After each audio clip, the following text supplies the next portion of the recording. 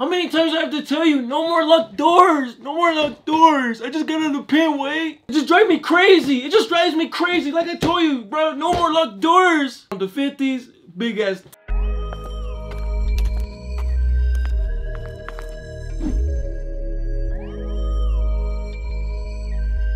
What is up, YouTube? It's your boy Sneaker Life. I just want to let you guys know, Six Side Tings Canada, the Toronto hoodies are actually in, so if you want to go buy them, the links will be down below or above. You can just go purchase them. At the end of this video, I'll have the card, so you can just click it. It'll take you right to the site, because I know a lot of you guys have been wanting it. On the front, we have the Sneaker Life. On the hoodie, we have the 6. And on the back, we got the 416. I don't know if you guys can see it. But anyway, man, let's get into this video. I don't want it to be too repetitive. This is one of those discussion videos. This is one of those advice videos. I haven't done one of these for a minute. You know, that's the way we get on this channel with the advice, bro. The advice, bro. Yeah.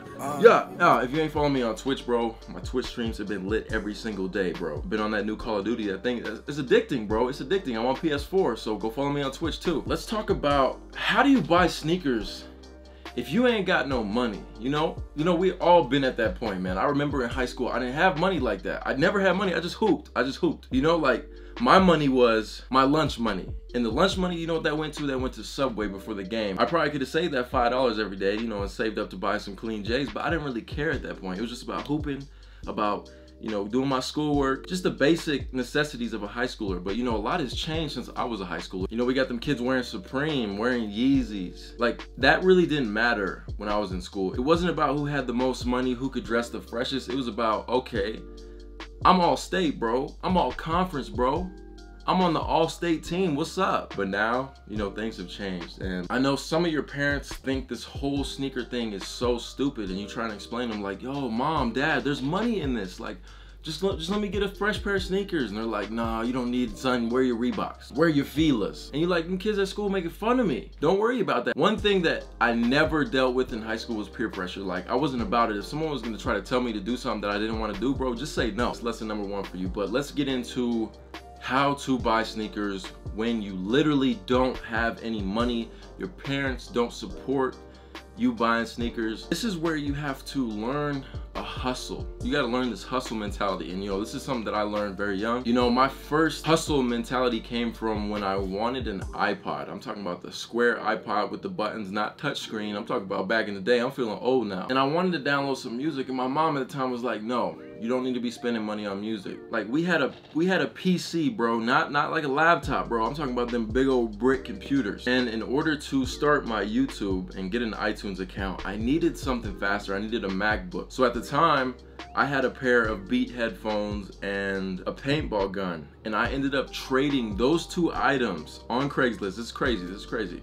You probably can't do this kind of stuff anymore, but I traded those 2 items for a MacBook, and that's what started my whole YouTube career and, you know, getting into sneakers. Now, I know that has nothing to do with the subject, but it's kind of that hustle mentality. You got to learn how to, like, maneuver. You gotta learn how to trade this for that, and upgrade and upgrade and upgrade and upgrade. You know, it's one of those things. At the time, I didn't have any money. I just used what I had at the time. The same thing goes for sneakers, man. You have to use what you have, try to trade it. It's the weirdest thing, but it works, man, once you figure it out. So you guys know my story from the get-go as far as how I got into really getting into sneakers. I had sneakers throughout my life, but never knew the models and that this was popping and this was dope. I was never really into that, but when I did get into it, I bought 1 pair of shoes, and I ended up trading that. I had a pair of 11s, and I traded them for some Motorsport 9, and then I sold those 9s for $350. Then I took that $350 and invested it into sneakers, and it just kept going that way. And that's how you got to do it, man. Now, I know being 13, 14, 15, it's kind of hard to get a job, and I always tell you guys, go mow salons, go do something. And this, again, man, this is where you got to learn how to hustle. Like, if you want stuff that bad, you got to figure out ways to get it. Right now, you have no money. What do? Christmas is coming up. Hope for money. Ask for money. Santa will give you some money, bro, if you ask for it. But if you get a gift, maybe that gift is expensive enough to trade, or maybe grandma gets you a gift from Best Buy and you don't really like it, so you return it, and you get a gift card, and maybe you swap that gift card into this, that, hit them with a wiffle ball bat. You know what I'm saying? Like, you gotta maneuver, bro. So I hope that makes sense to you guys, you know? Now, obviously, the easiest way to buy shoes when you don't have money is to work to get money. This is as simple as asking your mom or your dad or your grandma, your uncles, whoever, hey man, do you need me to do anything? Like, do you need any help here and there? I'm just trying to make some money.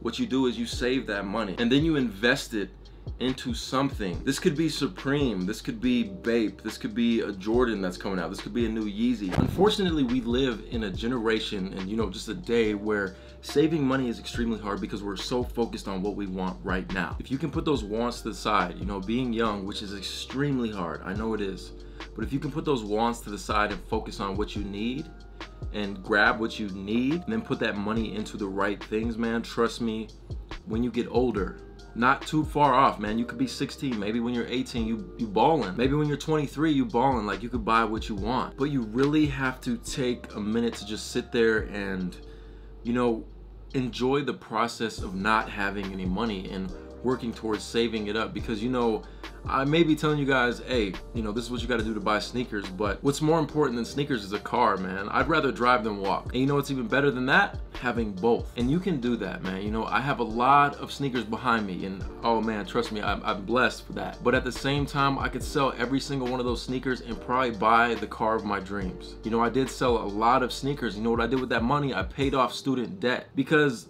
you know, this YouTube thing isn't permanent. It's only temporary. So you have to learn how to maneuver. That is more important than anything. That's really the whole point I'm trying to get across to you guys. There's so many ways, man. You go to the thrift store and find items that are worth money. You can go to the clearance store and maybe buy a pair and then put it up online and make a smooth $20. I don't care if you spend $100 and you make that smooth $20, you still made that $20. Now you got $120. I'm telling you guys, this is a hustle. This is stuff that people don't want to do, and sometimes stuff, it doesn't seem like it's worth it, but money is money at the end of the day. Because best believe the people that are really hustling and learning like I did, or any of the people that you may look up to, you see how they work, they all started there, man. They all started small. You got to start small and you consistently grow bigger and bigger. You know, I remember when I was younger and I first started selling shoes, building an Instagram account, starting up a sneaker life, which is just amazing to me to think how a sneaker life was available, and like that's me. But it was hard, man. I remember listing all these shoes. It was extremely hard, but there was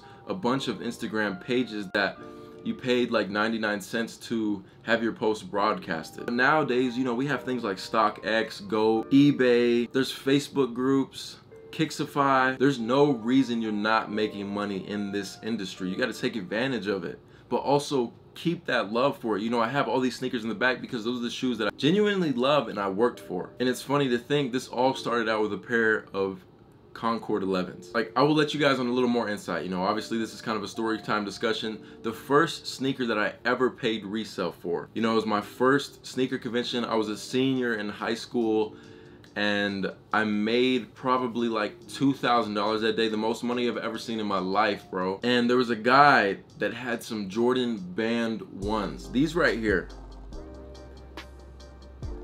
The Air Jordan Band 1. He had these dead stock size 12, a sneaker that I always wanted, man. It was just super dope to me. And I spent $750 for these that day. And let me tell you, I felt sick to my stomach, man. As soon as I got home, I was like, I spent $750 on a pair of shoes. Like, that is the stupidest thing. I felt mad sick, but obviously I was able to resell them for like $950, so I made my money back and more. But at the time I was sick. And then the next shoe I saw, actually that same day, it was the first time I ever saw a pair of Yeezy 2s in person, and I was like, damn, those are super amazing. I asked the guy, how much did you pay? And he said $2,500, and I was like, bruh, I'm never gonna see $2,500, bro. I've never even $2,500 for some sneakers? Ah, hell no. And then a few months later, I ended up buying my own personal pair. I've had many of pairs at this point. This is actually my dead stock pair. I wore a pair on stage as I graduated from college. Man, I'm telling you, there's a lot of money in this, and you really just gotta learn how to maneuver. I hope some of these tips helped you. Make sure to go back in the video and just write some of this stuff down, man. Even though it sounds like common sense, it's easier to write things down. I know these sticky notes are a little fruity, but you guys can see I constantly write things down, man. It's very vital and super important. But that is it for today's video, man. There is one shoe that you could cop right now. What would it be? And if you guys have any questions, make sure to leave some comments down below. I will try my best to get back to them. You guys know where to buy the merch. Like I told you, the new Toronto hoodies are in and they're super clean. Go pick them up at sneakerlife.com. If you haven't already, make sure to turn on those post notifications, man. They let you know right away when videos drop, because I know a lot of you have not been receiving my videos. Hit that subscribe button if you'd like to see more videos in the future. But this is your boy Sneaker Life. I'll see you guys in the next one. Run it. Hands in the air now. Do you wanna be? Do you wanna be? Hey, do you wanna be happy? Do you